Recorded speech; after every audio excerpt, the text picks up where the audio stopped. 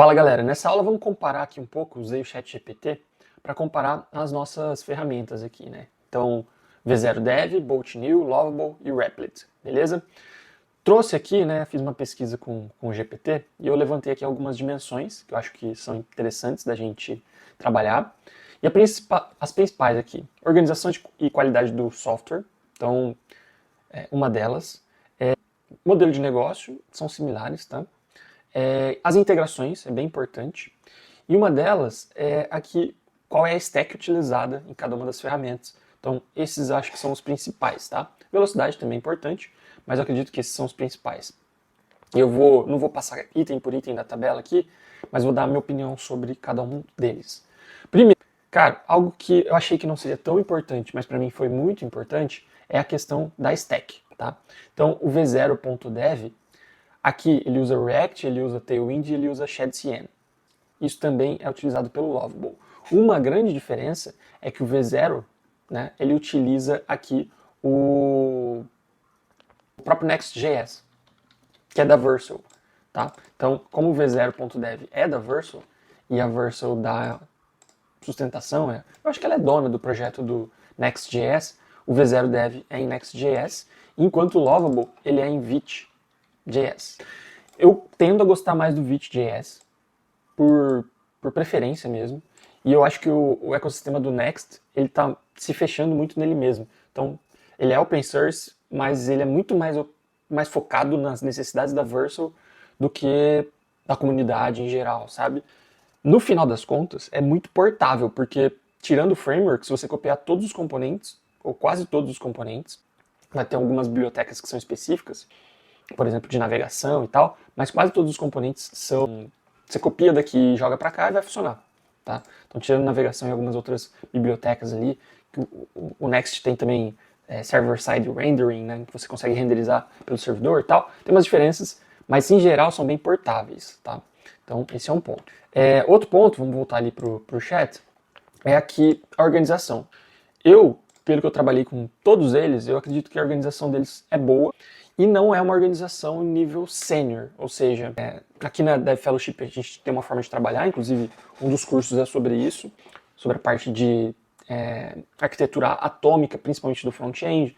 No back-end dá para ter um MVC, se a gente estiver usando, por exemplo, Supabase, dá para ter umas outras abordagens, mas enfim, eles não vão entregar nesse nível, por exemplo, de pastas ali, pastas de services, providers, hooks, consts, né, para as constantes. Talvez eu estou falando muita coisa que você nem conhece aqui, tá tudo bem, mas só querendo dizer que você vai ter que trabalhar, e você pode trabalhar inclusive com eles, mas você vai ter que pedir para que ele organize melhor do que já vem. De acordo com o que eu gosto de trabalhar, lembrando que a arquitetura é muito pessoal de cada um. Mas é um nível, cara, dá para dizer que é um nível pleno, alto assim, de organização. Você se entende, você se acha.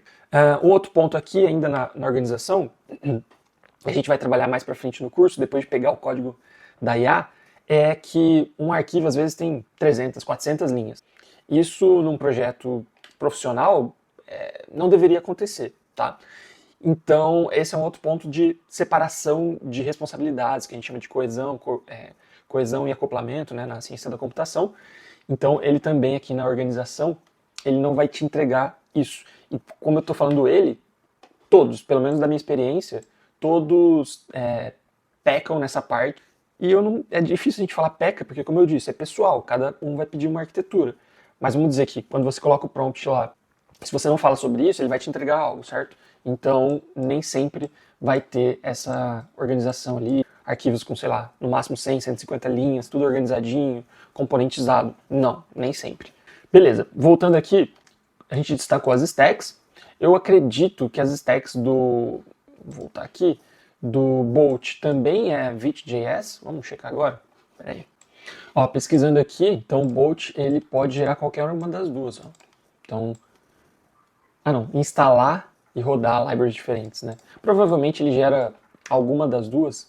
Não vou lá dentro para checar o código, mas enfim, você pode... Aqui, ó, pronto. Então no prompt você já pode ser específico sobre sua stack, né? Então você pode falar para ele, ó, use tal coisa ou qualquer framework popular. Então ele deixa você escolher. Bom, isso aí é uma vantagem aqui do Bolt, então em relação a stack, né? Beleza? Vamos lá, comparando preço. A gente tem aqui um valor de $25 por mês para você ter 100 créditos. Então aqui também é o modelo de negócios. $25, R$ 130 ali, R$ 150, R$ 140, dependendo do mês. Dependendo do que você faz, pode valer muito a pena. Né? R$ 100, você consegue gerar, sei lá, um app por dia utilizável, pode fazer bastante sentido. No plano gratuito, você tem 5 créditos diários, tá? Gratuitos, sempre. E todos os seus projetos são públicos. Né? No plano Pro, você consegue deixar o projeto privado. Eu estou imaginando que você vai utilizar isso aqui para alguns projetos iniciais, prototipais, para depois você continuar esse projeto, por exemplo, em outro repositório. Então, é possível, tá? Depois, mais avançado, eles vão aumentando aqui, mas eu, por exemplo, eu pago o Lovable nesse plano aqui.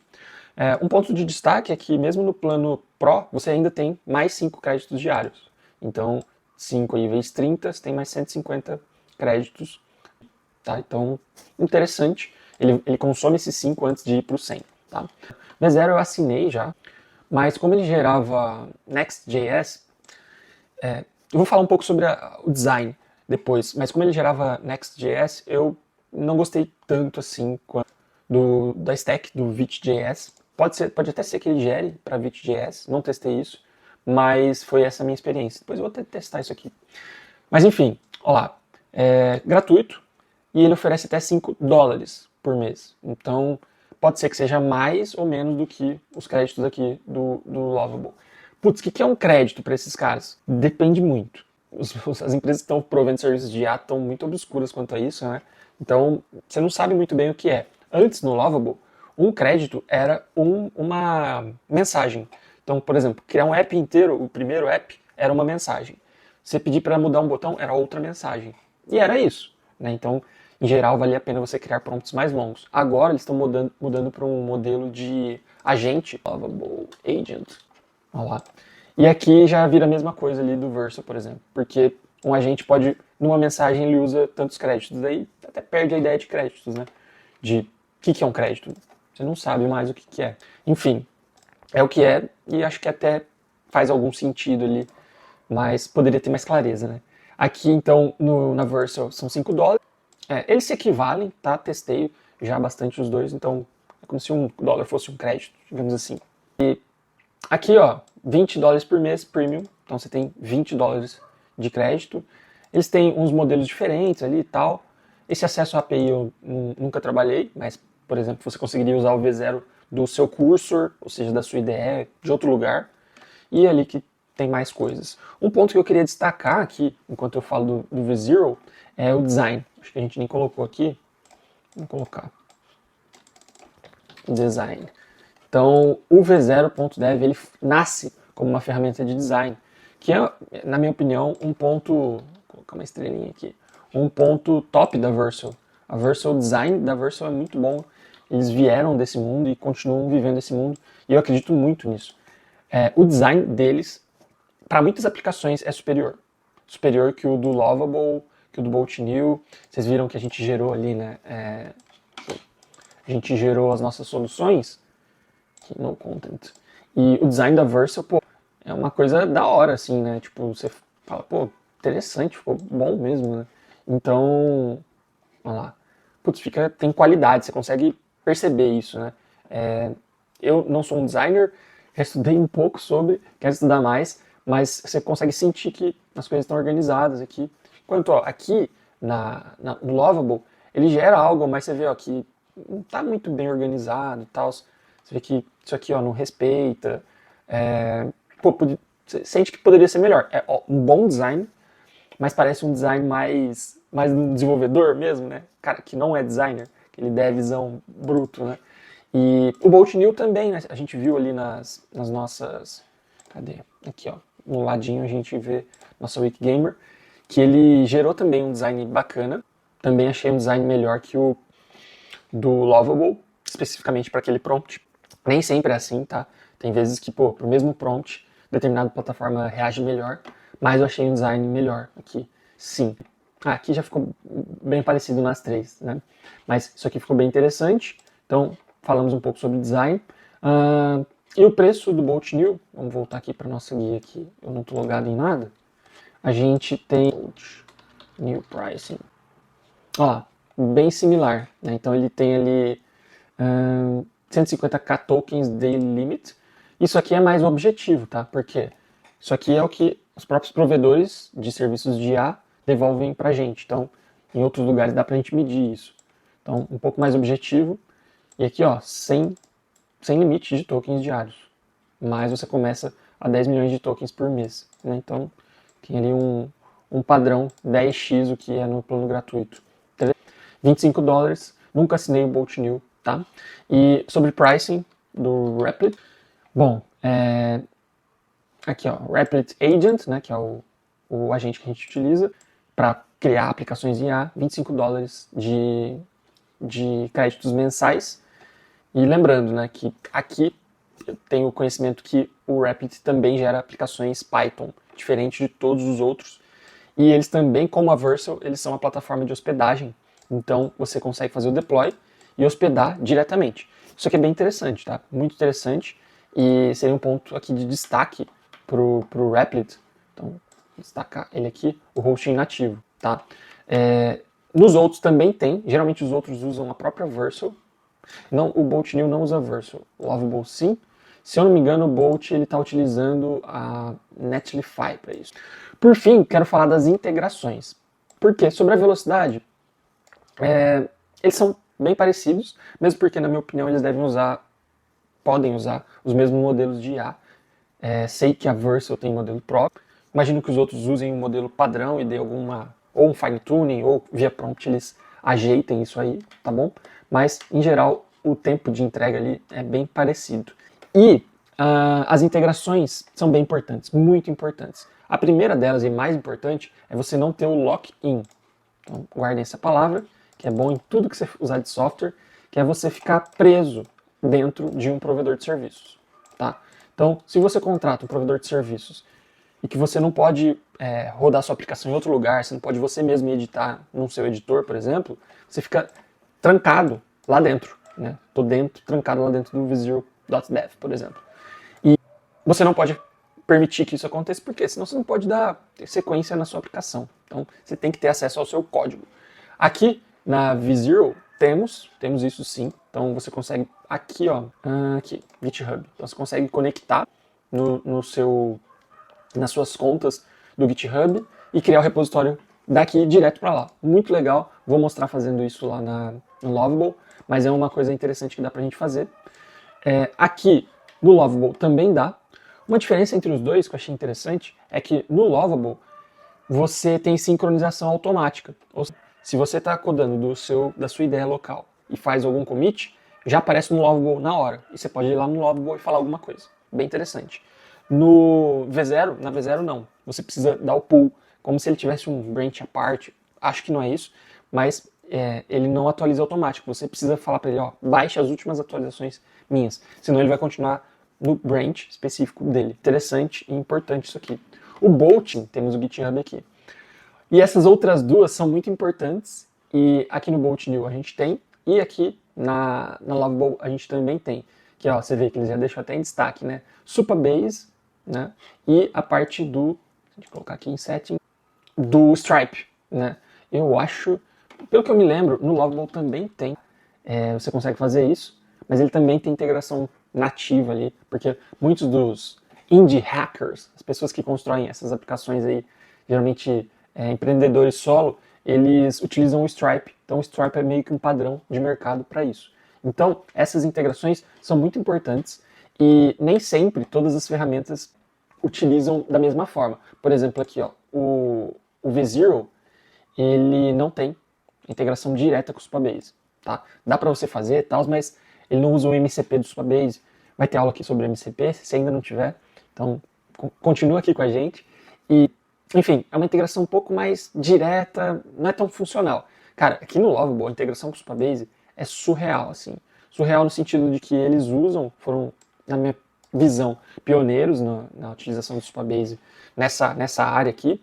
E eles usam muito bem o MCP do Supabase. Então, de maneira bem resumida, o MCP é como se o Supabase oferecesse para qualquer IA todas as funções que dá para você usar dele. E o Lovable pega esse MCP, ou seja, pega essas funções e ensina a IA dele a usar nos momentos certos. Então, por exemplo, a gente vai fazer isso aqui.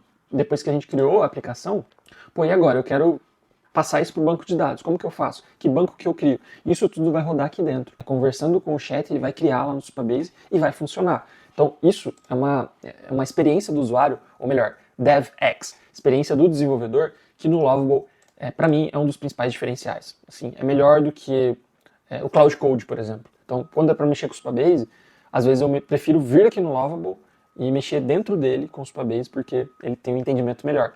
Provavelmente engenharia de prompt da galera do Lovable para comunicar muito bem com essa ferramenta específica. Tá? Bom, aqui no Bolt também tem, né, integração com o Supabase. Confesso que eu nunca utilizei de forma direta assim. E aqui, ó, o hosting, Netlify. Né? Então pode ser que eles utilizem Netlify ainda, que é uma concorrente da Vercel. Netlify, né? Então são caras de hospedagem um pouco mais alto nível, diferente de uma AWS, uma DigitalOcean. Não, eles hospedam apps, né, ou aplicações, ou serviços, que é também concorrente da Heroku, que é mais antiga e foi comprada pela Salesforce, se eu não me engano. Mas hoje em dia a galera, em geral, usa Vercel, tá? Vercel ou Netlify, mas principalmente Vercel para isso. Ou às vezes hospedam nos próprios servidores, também tem um trend nesse sentido. Então, qual que é o seu veredito, Tainan? Cara, eu, particularmente, eu gosto muito do Lovable. Eu vou dar uma olhada no V0 Dev em relação à stack, porque foi o que fez eu cancelar com eles. Mas se eles conseguirem entregar numa stack que não seja Next.js, o design deles, em geral, para a maioria das aplicações é melhor, porque eles vieram desse mundo. O Bolt, você viu, ele não roda como uma extensão que eu utilizo. Eu acho que às vezes ele dá alguns bugzinhos e tal, mas é uma solução muito boa, mas eu não utilizo tanto no meu dia a dia. E o Replit eu não consegui utilizar, de fato. Pode ser porque eu foquei em aplicações front-end, ele é mais focado ali no back Python. Não sei exatamente, mas todas as vezes que eu tentei, não foi possível. Então, eu diria aqui que o nosso Lovable é o top 1 daqui da nossa... Vou deixar aqui, ó. Top 1 da minha comparação. Eu diria que o V0.dev é o top 2, o Bolt New é o top 3 e o Replit é o top 4. São os mais conhecidos, então por isso que eu citei esses. E galera, eu quero deixar uma última dica de um app que não está aqui, mas que eu gostaria que vocês ficassem de olho, que é o Roark App. Olha esse cara aqui. Build Native Mobile Apps Fast. Tá?